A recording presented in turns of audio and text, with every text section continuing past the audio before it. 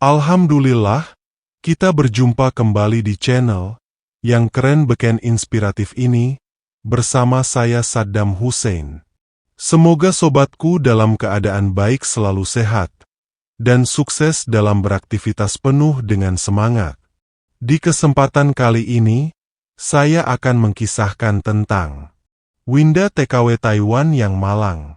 Bagaimana perjalanan kisahnya? Ayo kita simak bersama-sama berikut ini.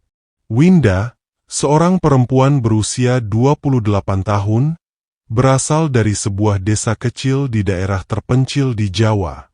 Kehidupan di desanya serba sederhana, bahkan seringkali terasa sulit. Sebagai anak sulung dari 4 bersaudara, Winda merasa bertanggung jawab untuk membantu perekonomian keluarganya. Ayahnya hanya seorang buruh tani, sementara ibunya bekerja sebagai penjahit kecil-kecilan di rumah. Melihat adik-adiknya yang masih bersekolah, Winda memutuskan untuk mencari pekerjaan di luar negeri sebagai tenaga kerja wanita, TKW. Setelah melewati berbagai proses administrasi dan pelatihan selama beberapa bulan, Winda berhasil mendapatkan pekerjaan di Taiwan. Keluarganya melepasnya dengan doa dan harapan besar, meski hati mereka berat berpisah dengannya. Jaga diri baik-baik di sana, nak, pesan ibunya, dengan air mata yang sulit dibendung. Setibanya di Taiwan, Winda ditempatkan di sebuah keluarga kecil di kota Kaohsiung. Majikannya adalah pasangan suami istri berusia 50-an yang memiliki seorang anak remaja.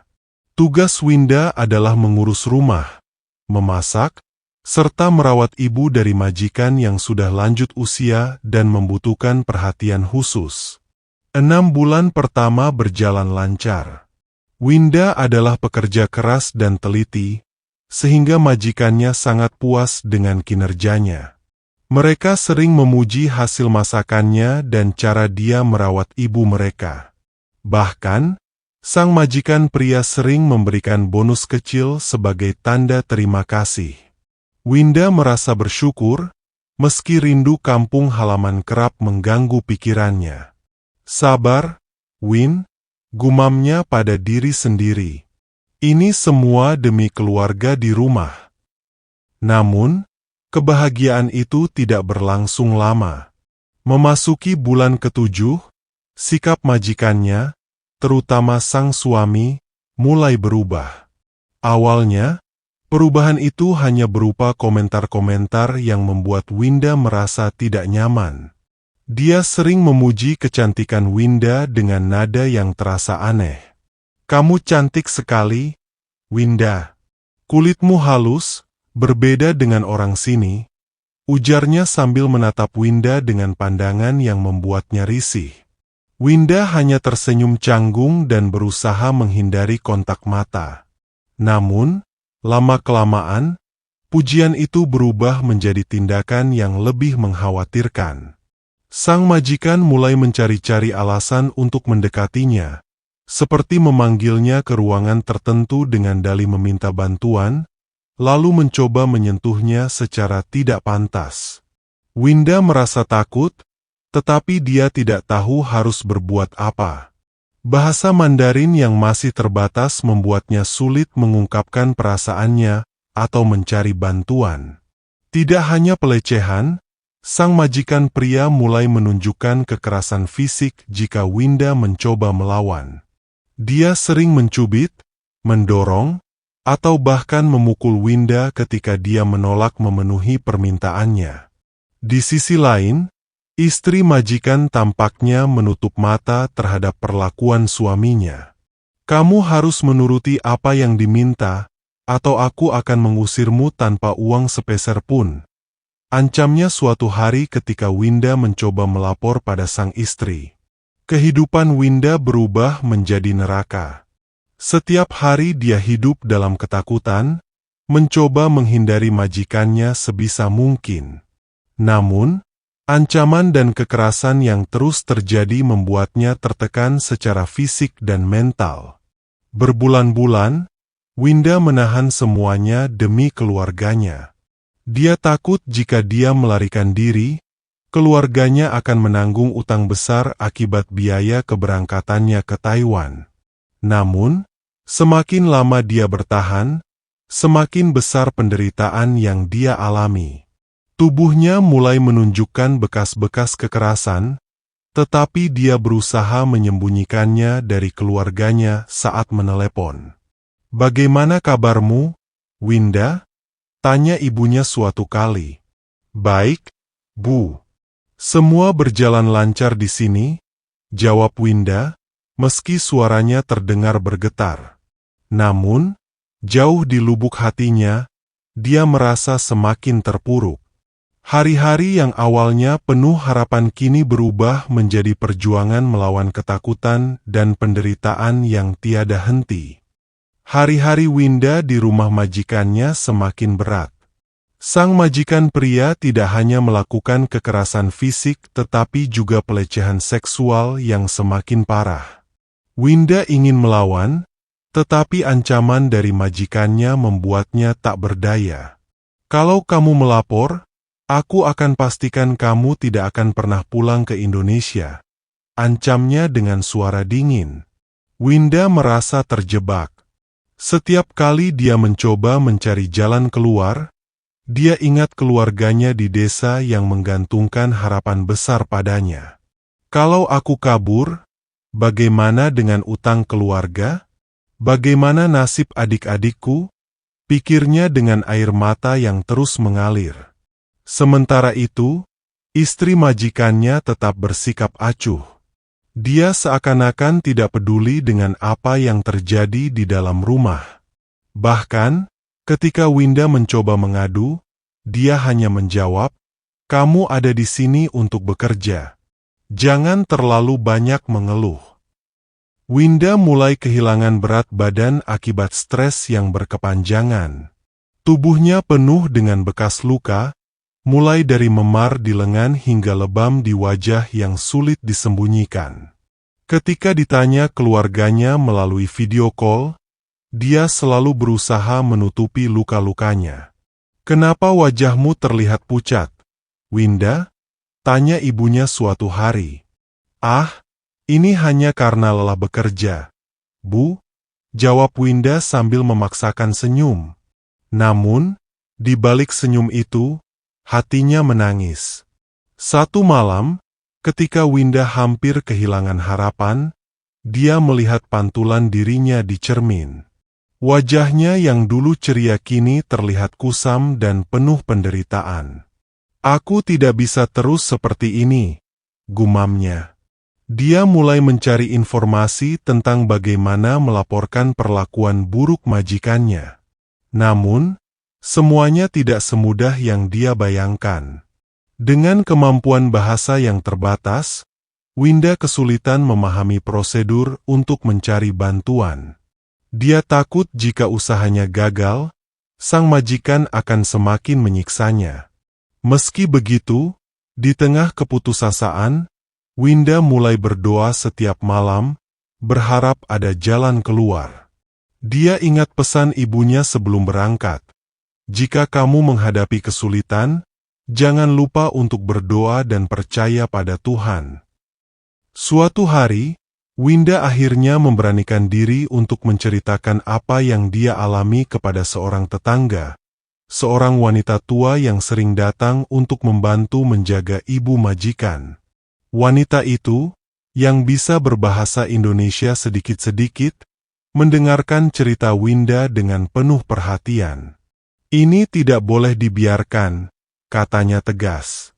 "Aku akan membantumu." Tetangga itu memperkenalkan Winda kepada seorang aktivis buruh migran di Taiwan yang biasa membantu para pekerja yang mengalami masalah serupa. Dengan bantuan mereka, Winda berhasil menghubungi agen penyalur tenaga kerja dan melaporkan kejadian tersebut. Namun, langkah ini tidak berjalan tanpa risiko. Ketika sang majikan mengetahui bahwa Winda mencoba melawan, dia menjadi semakin kasar.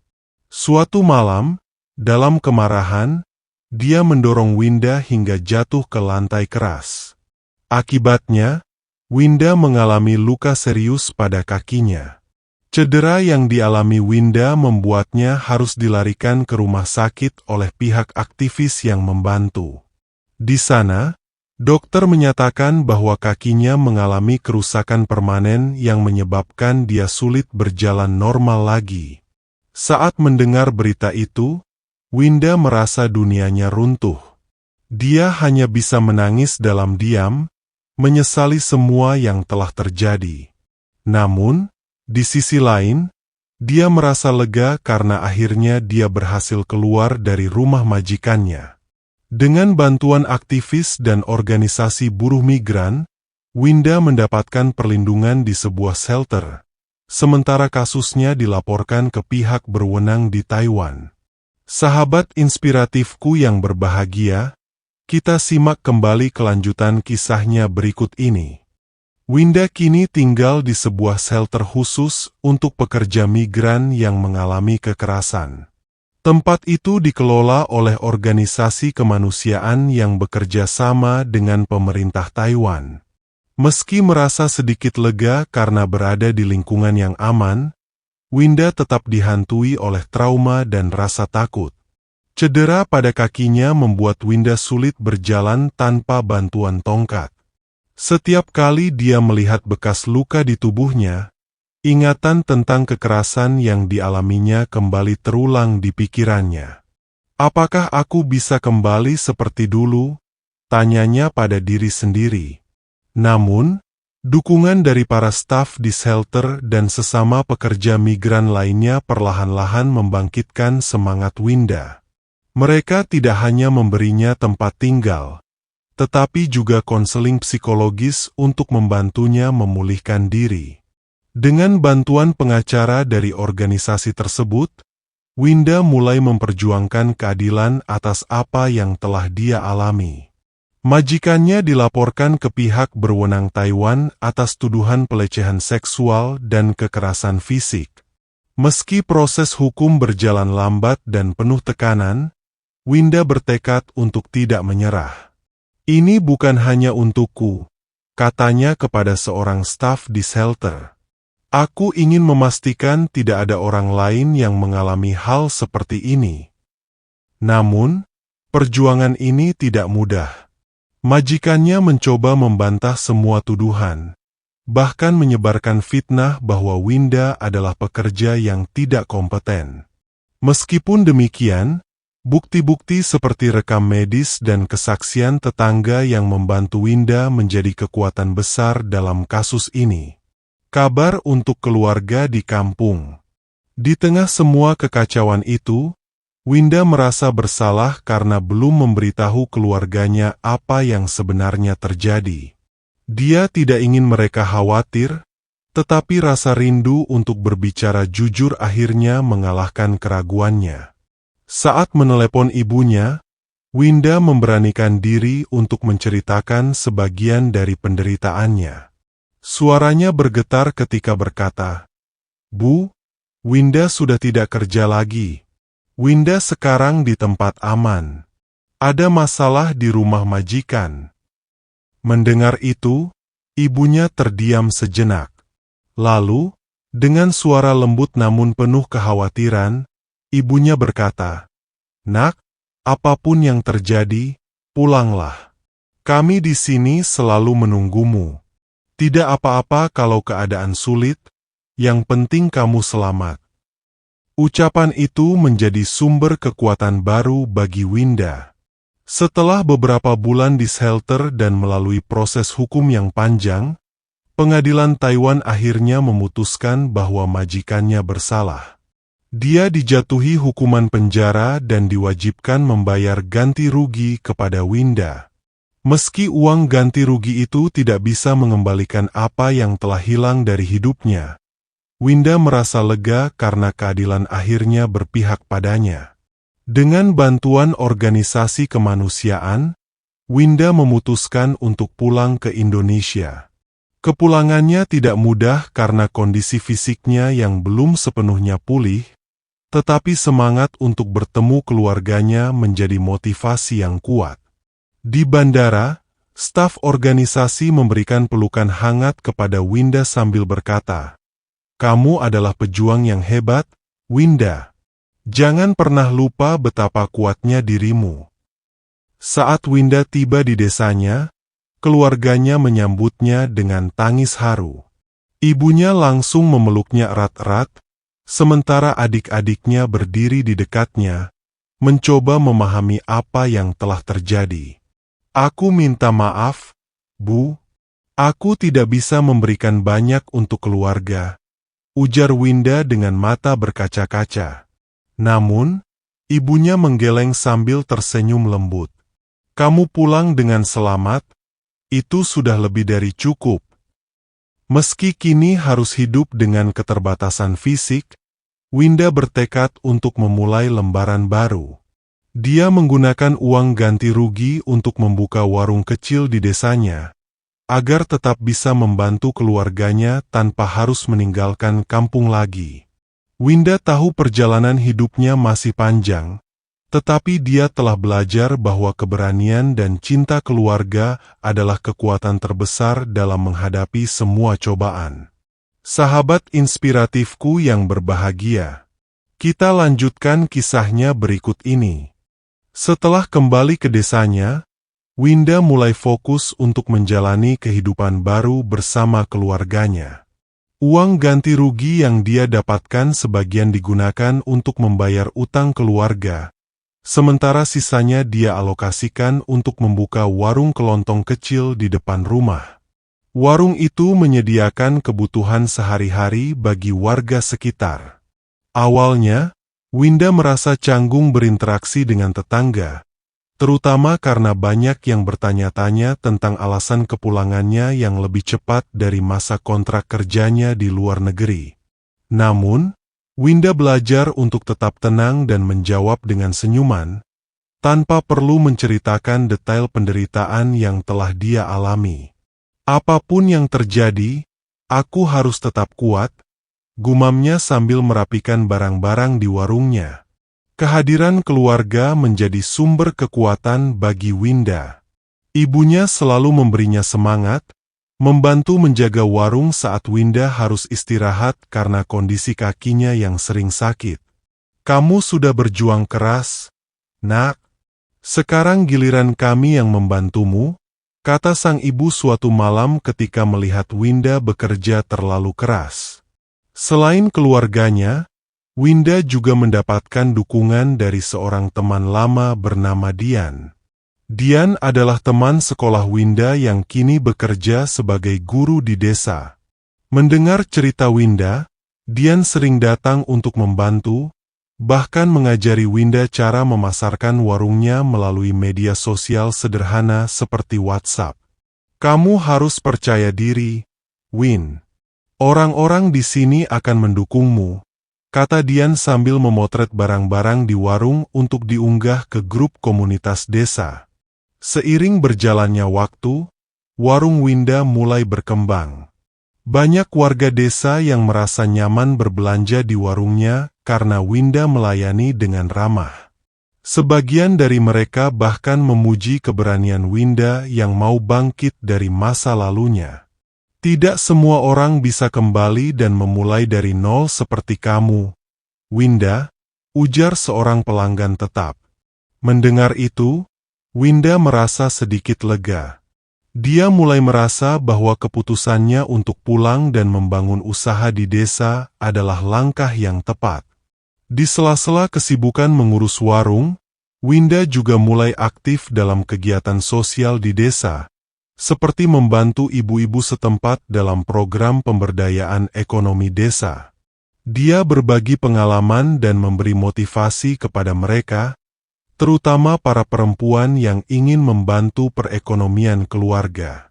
"Aku tahu hidup itu tidak mudah, tapi kita semua punya kekuatan untuk bangkit," kata Winda dalam sebuah pertemuan kelompok ibu-ibu. Meski Winda masih merasakan trauma dari apa yang pernah terjadi, dia belajar untuk menerima kenyataan dan melihat masa depan dengan optimisme. Dia bermimpi untuk memperluas warungnya suatu hari nanti, mungkin menambahkan jasa catering kecil untuk acara-acara desa. "Kak Winda, kapan kita bisa bikin acara arisan di warungmu?" canda salah satu tetangga, yang membuat Winda tersenyum untuk pertama kalinya setelah sekian lama. Senyum itu bukan hanya tanda kebahagiaan, tetapi juga simbol dari keberanian seorang perempuan yang telah melalui banyak badai dalam hidupnya.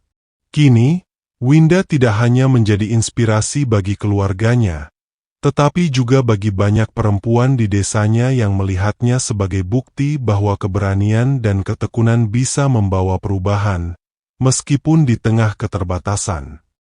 Sahabat inspiratifku yang berbahagia, demikian kisah yang begitu mengesankan ini saya sajikan.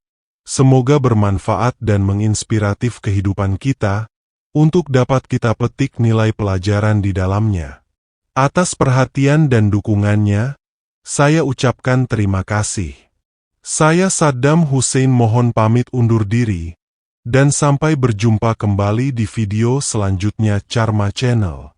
Wassalamualaikum warahmatullahi wabarakatuh.